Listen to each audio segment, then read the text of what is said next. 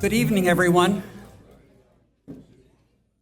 and welcome. My name is Tom Labinati, and on behalf of the Captiva Island Historical Society, thank you for joining us for the third presentation of our Betty Anholt Guardian of History Award. Tony, I didn't know you had this many friends. Either that or you owe a lot of people money. And a very special welcome to Tony and Angie.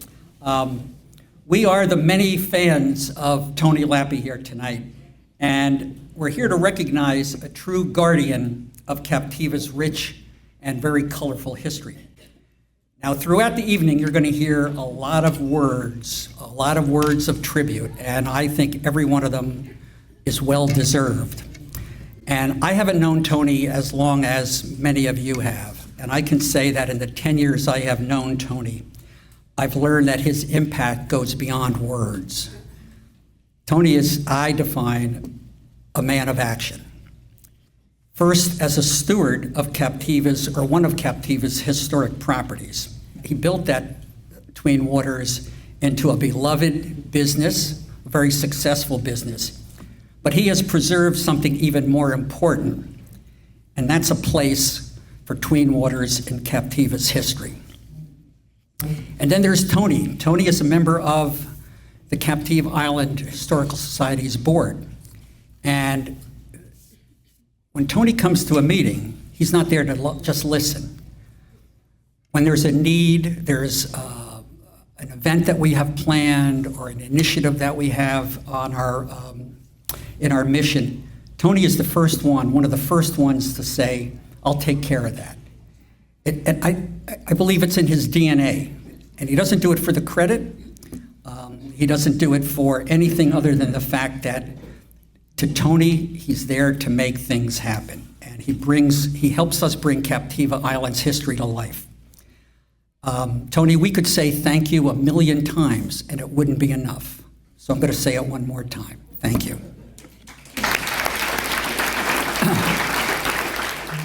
Before we get the ceremony started, I do have a few thank yous. First, our donors. I see many of our generous donors here tonight, and we thank everyone who helps us do what we do.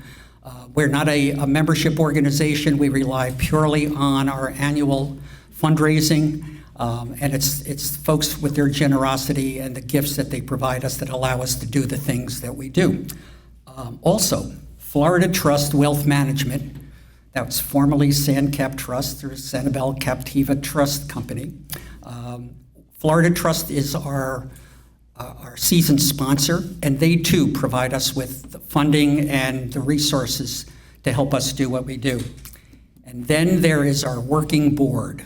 We are all volunteers on the Captiva Island Historical Society board, and particularly our events committee. And Mary Jane Vincent, I'm going to ask all the board members to please stand up.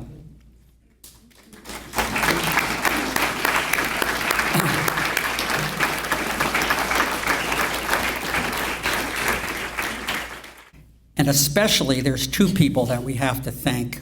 And these two ladies have been working on this event tonight. And if you had a good time, you had good food, you're happy to be here, I ask them to stand up. Blair Wyatt Berry and Ginny Reese.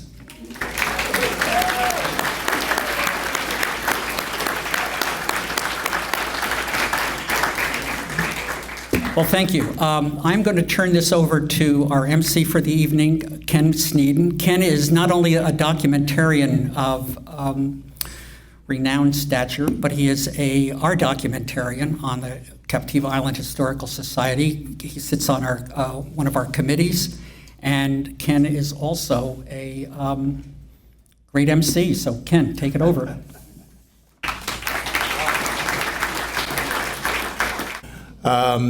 This is indeed a great honor and a privilege to be able to host this award. I believe the second time. I don't think I did. Oh, okay. I'm sorry. So I did. I know I did Christy Anders. Betty? Did I MC your award as well? It's a blur. It's a blur. It's all a blur. That was long years ago. None of us remember. Okay, but And you say, okay, Kim, well, you say that because you're standing up there and they asked you to be the MC. But no, I'll be honest with you. I've produced, as a multimedia producer, I've produced hundreds of award shows. Robbie Repsdorf can tell you. She was a part of a sponsor on most of them.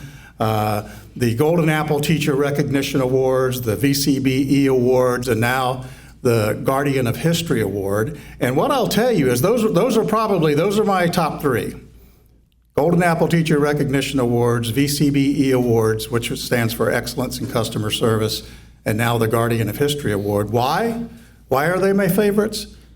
Because the thing that all the award winners have in those competitions, the thing that they all have in common is that the people that they recognize all go above and beyond on a daily basis. The second thing is they do it without looking for credit, without looking for remuneration. They do it because they are passionate about what they're doing. And that's why we honor people like our previous recipients, Betty Anholt, our namesake for the award, and Christy Anders, and tonight, Tony Lapi. And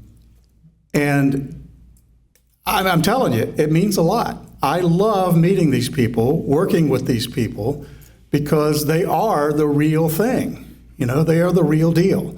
They're not just out to make awards and that type of thing. They actually are there doing it because they have a personal passion, they have a heart for it, and they make all of us better. When they leave, this place will be a better place because they were here.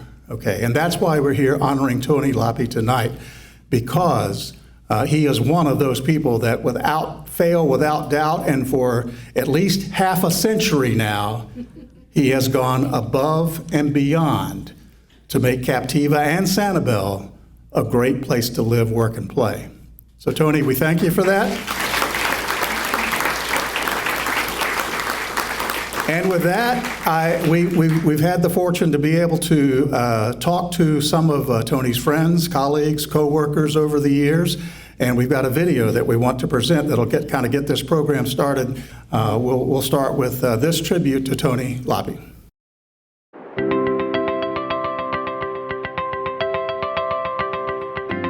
Here we are, starting at the Ding Darling Cottage.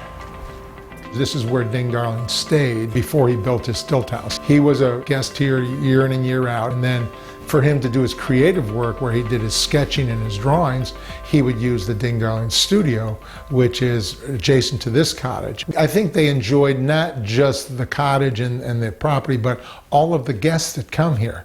It's really not that hard to get Tony Lapi talking about the history of Captiva's Tween Waters Inn and Marina, whether it's on a video project like this one for the Captiva Island Historical Society, or when it's in a personal conversation with one of his guests. The windows here that you see over here were all up high. They were shorter windows, but they were all up high, so he could be working, sketching, doing whatever he wanted, and not be distracted by looking outside.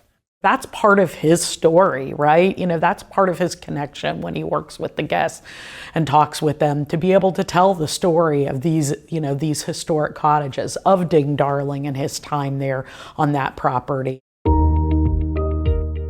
Tony's current title is Chairman of the Board of Sanibel Captiva Beach Resorts, the parent company of Tween Waters. But over the years, he's worn many hats at this historic resort. After college at Syracuse University, where he played on the lacrosse team and earned a degree in bacteriology, Tony served in the Army Reserve, started a small landscaping business in his hometown, and even taught science for a while. When he was 29 and trying to decide what to do next, a neighbor from his hometown of Rochester, New York, presented him with an opportunity. Attorney and entrepreneur Lloyd Wright had been building condominiums on Sanibel, but wanted to switch to the buy and hold hospitality business by purchasing Tween Waters. With absolutely no background in the hospitality industry, Tony decided to give it a try. He sold everything he owned at the time and invested the money with Wright to form a company called Rochester Resorts. They purchased the inn with other shareholders in October of 1976. While charming, rustic, and generally well regarded by visitors, Tween Waters was much in need of repair and renovation. So Tony went to work updating and expanding the facility, but not just as a manager and part owner. He quickly developed a reputation for getting his hands dirty, meaning he would take on any job that was required to maintain or improve the resort. Over the past 50 years, that would include cleaning the floors, commandeering the occasional tractor to assist in construction work or tree trimming chores, and even filling in for the chef from time to time. We would do an Italian buffet, which we sort of said, we got to do this. This is early on when my chef was only working 6 days a week. We would actually shut the restaurant down. But after we built the 74 units, this is back 78, 79, we said, well, we can't close, in season. We got to keep open 7 days a week. But I didn't have enough money to hire anybody else. So I told the chef, you take the day off and my wife and I'll do it. So we put on an Italian buffet that was amazing. I mean, it was like somebody was eating in our home. Even after he became CEO in 2000 following the death of Lloyd Wright, Tony continued to pitch in wherever necessary. Tony was in the trenches with all the rest of us. He had his hands dirty with the rest of us. He's a hardworking, honest man. Tony is incredible to work for because he would not ask you to do anything that he wouldn't do himself. In fact, there's things he would do that I wouldn't do. I mean, he set the example, and that's who I liked working for. I see Tony Lapi on his Kubota tractor with a cigar in his mouth working with the crew.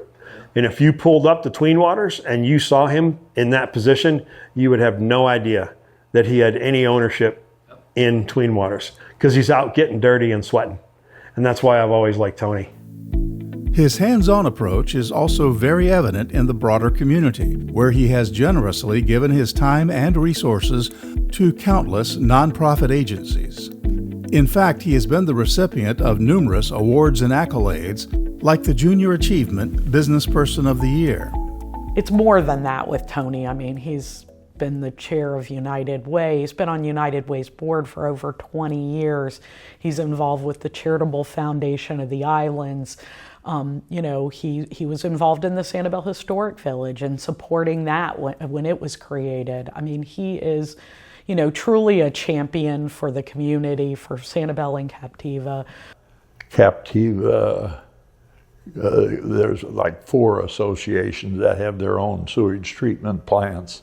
And so I got to share information and kind of work with him and know him in a different way than the restaurant and lodging facility, And he was always very pleasant to help you or to share his knowledge.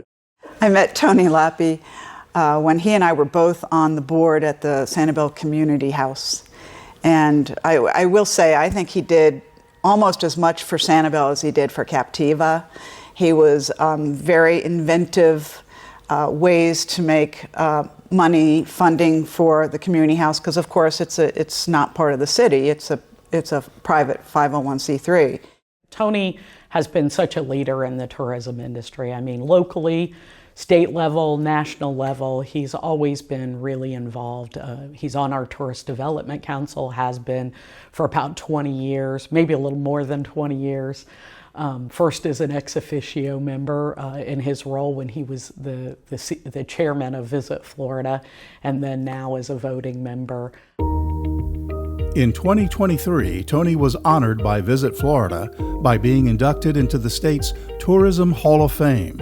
There are only a few people with an affiliation to Lee County that have been in the Tourism Hall of Fame, and Tony is the only current resident that's in the Tourism Hall of Fame for the state of Florida. I think that's a pretty big statement on who he is for the tourism industry in Florida. Tony has seen financial success at Tween Waters while simultaneously maintaining and celebrating the inn's unique history.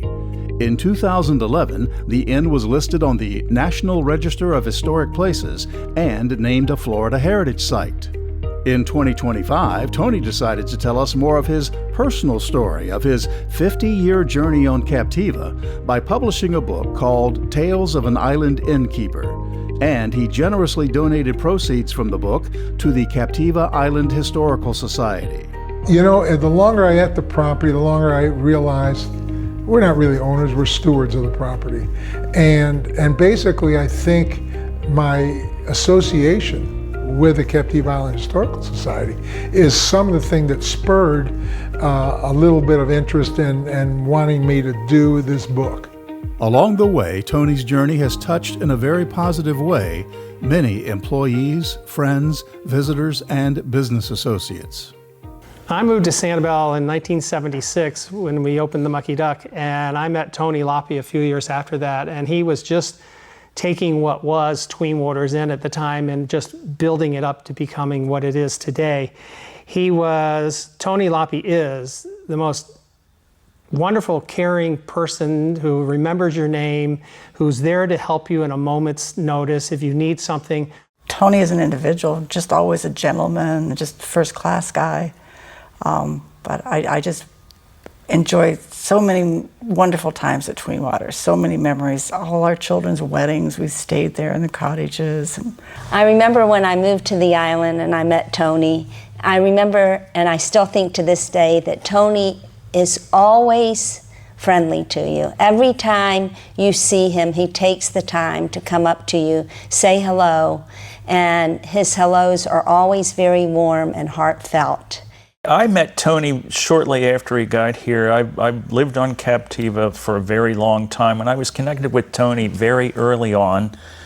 And Tony made everything at Tween Waters as good as it could be. Tony is absolutely irreplaceable when it comes to Tween Waters. I started working at Tween Waters at, I believe, 12 years old, rolling silverware at the Canoe and Kayak on like New Year's Eve, and that turned into a little part-time job. Tony and Angie took our whole family, and my sister worked there for a long time at different places, the marina and up at the breakfast area at the old Captiva house. And he is always with this big smile. He's out front. He cares a lot about his guests and the people. And he created an environment over there that was welcoming to the guests and the locals, which I think is really important.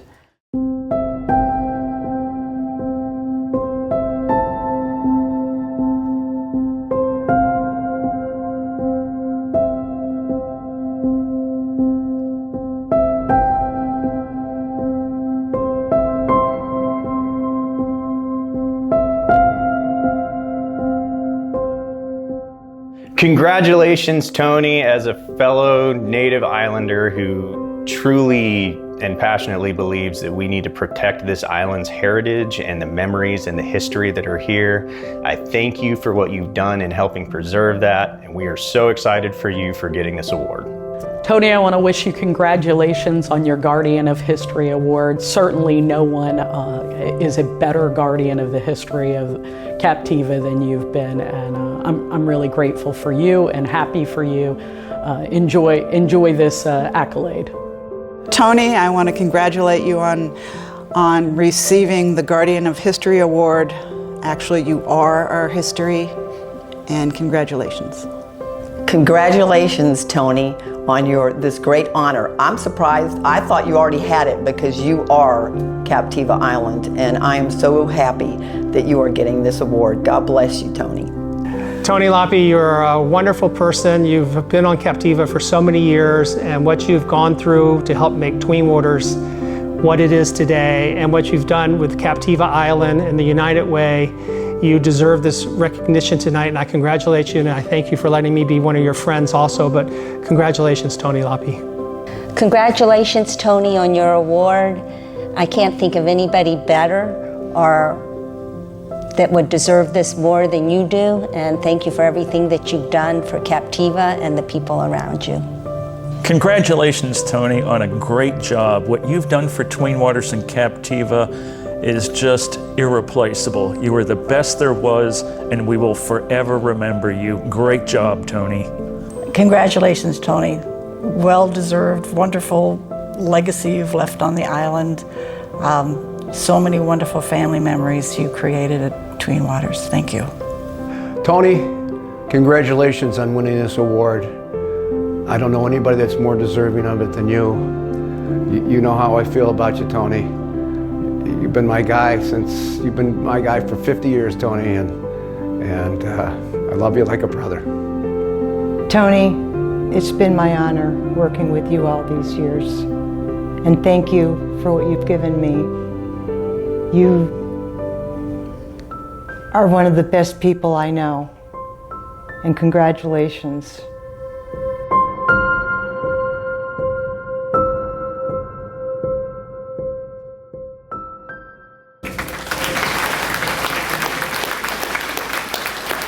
Tony, stay seated. Stay seated. You guys can stand up, absolutely. Tony Lapi, ladies and gentlemen, 2026 Guardian of History Award winner, Captiva Island Historical Society.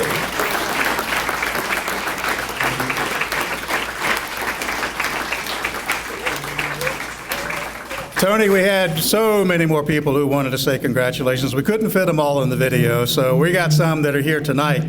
And we're going to start with John Jensen of Jensen Marina. Great job, Ken. That was fantastic. Around 1976, my parents bought Twin Palms Resort and built Jensen's on the Gulf. Around the same time, Tony was buying Tween Waters. We were lucky to have Tween Waters on the island for many reasons, and we developed a great relationship. Our guests always look forward to the music at the Crow's Nest. The things that Tony and Tween Waters have done for the island over the last 50 years are amazing.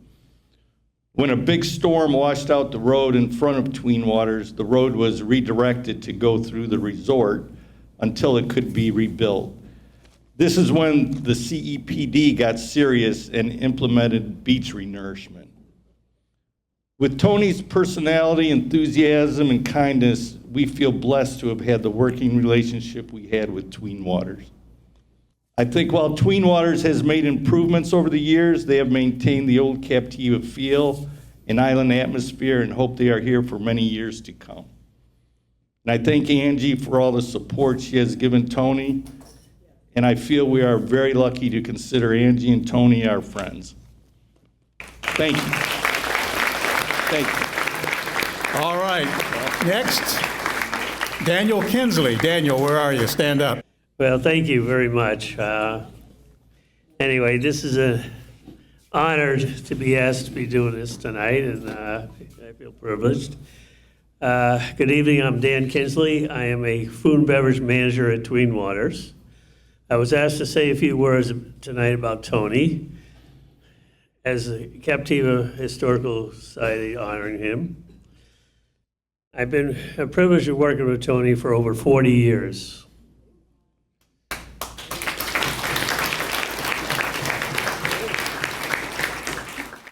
It's been an honor to work with Tony all these years. And I know I speak for so many who have appreciated his dedications and mentorship. He has set the highest standards, demonstrated fine character, and has been a true inspiration to many. Captiva Island has been and continues to be the beneficiary of Tony's presence and involvement. So many of us are forever grateful to Tony's leadership in our community, and I would like to say a personal thank you.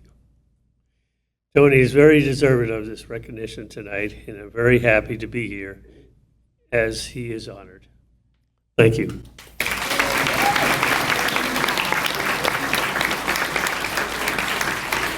All right, thank you, Dan. And next on the list, we have the guy that's really kind of responsible for all of us sitting here tonight, the founding president of the Captiva Island Historical Society, who really got this organization going and allowed us to do these honors and to do the documentaries and to do the events. Jim Piggott. Jim, give us a few words here. Some of that was true. What a great crowd, and deservingly so. To see so many faces brings back, for me, a bunch of memories. I'm glad to participate, happy to participate tonight. for two reasons. One is history matters. History is important. And for those who don't follow history, there's a good chance there might be some surprises. But the second reason I'm particularly pleased to be here tonight is because of Tony. You've heard the many things that Tony has done over the last 50 years. And for those who have been here, as I have for most of those years, we know that Captiva was in a remarkable period of change at that time in the 80s and the 90s and so on, not just because of the beach renourishment.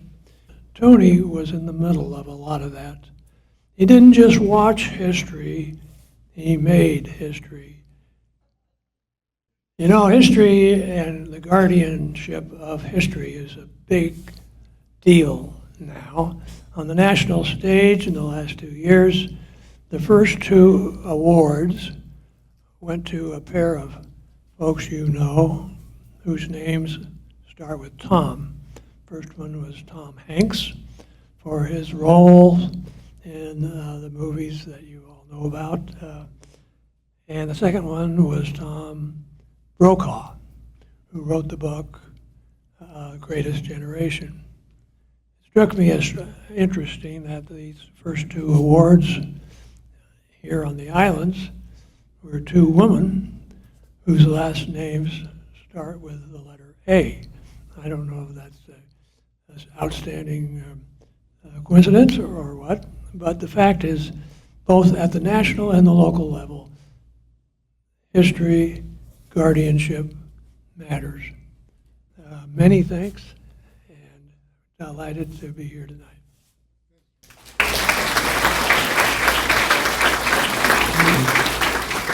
Tom, why don't you come up here and take over, and let's present this award to Tony for all of his guardianship. I'm going to ask Betty Anholt, who is the namesake for our award, the Guardian of History Award, as certainly everyone knows Betty's role in both Captiva and Sanibel history. So, Betty? I'm just going to say a couple of words, but Tony has lived a good portion of Captiva's modern history. He's recognized its value and need for preservation long before many others. He is both a businessman and a conservationist of the first order.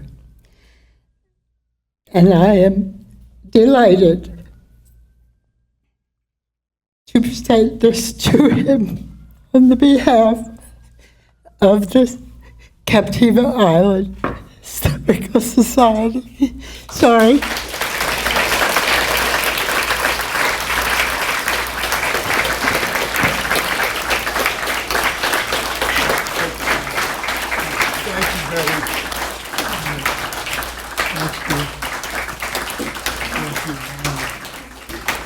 Okay, all right. To be totally honest, I'm honored and humbled by this recognition, especially when you think of those people that came before me. I want to thank Ken Sneeden for doing such a great job, Ken, on that video. It was great. My co-workers who have been with me past and present, the Captiva Island Historical Society, all the wonderful organizations I've had the privilege to work with for over the years. My golfing friends, family friends, and especially Angie for being with me. Now that that's over with, I asked myself the question, guardian, what does it mean? So I looked it up in the dictionary. I didn't Google it. I looked it up in the dictionary. Two things came to mind. The first one was to guard. Well, holy cow, I could figure that one out. The second one gets interesting. It says a person who is legally responsible for the care and management of a person or property of one who is considered by law to be incompetent to manage his own affairs For a moment, I was worried I was on the wrong side of that equation. So good news is we got by that.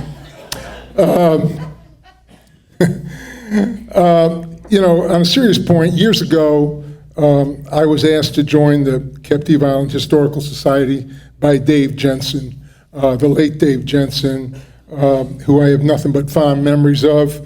He was an original founder with Jim on the Captiva Island Historical Society.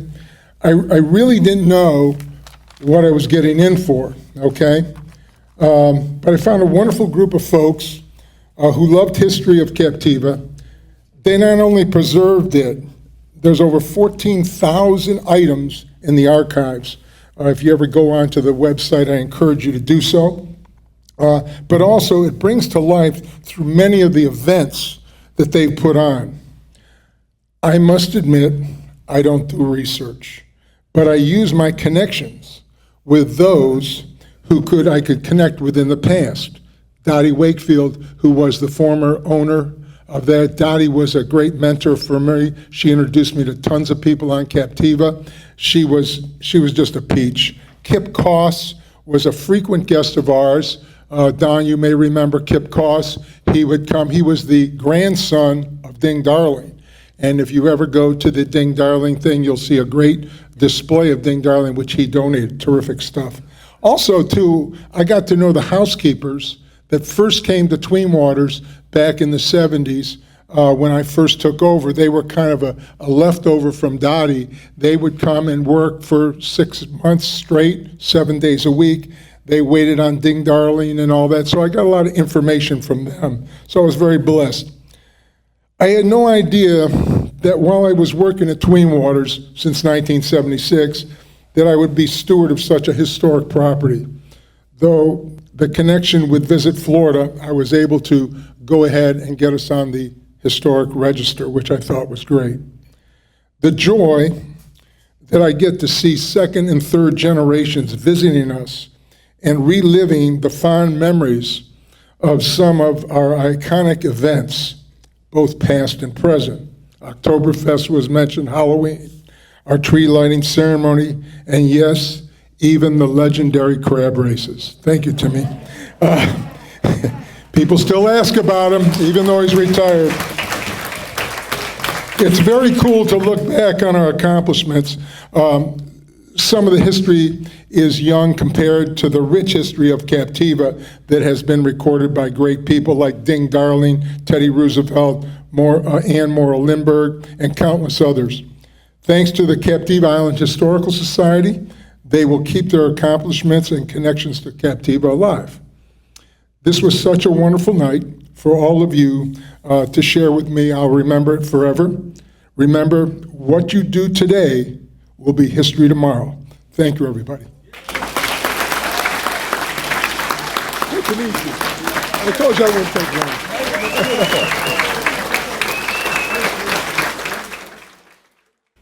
Tony mentioned Ding Darling, and I just want to put a plug in for our finale for the year for the Historical Society. And it's going to be a grand one. It is an original documentary that Ken Sneeden has been working on for over a year. And it chronicles the amazing relationship between four outstanding Captivians. Harold Bixby, who some of you may know was the funder, let's call it, of the Lindbergh flight to Paris. He's the one who actually gave it the name, the Spirit of St. Louis. Ken Curtis, who is truly a Renaissance man. If you come to the documentary, you'll learn more about Ken Curtis. And then Ding Darling, of course, and Alice O'Brien. So these are four people who are just amazing in their own right, but as friends and what they did, not only for the islands, but in their lives together as friendship is truly amazing. The documentary also has some original footage that we acquired from, it's Ding Darling's home movies. And they have rarely been seen, so they will be a big, big part of the documentary. So again, that's going to be on April 8th, make sure I get that right, at Big Arts at 7 o'clock. So we'll be on the big screen at Big Arts, so we do hope you'll join us. But again, thank you all for being here. Tony, thank you for who you are and what you've done. And again, we can't say enough. Drive safe, everyone, and thank you for your support and friendship.